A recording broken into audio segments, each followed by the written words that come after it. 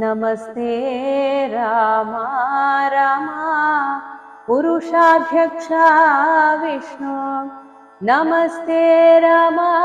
राम भक्तवत्सला राम नमस्ते हृषीकेश राम राघव राम नमस्ते नारायण शङ्करं नमोऽस्तुते समस्तकर्मार्पणं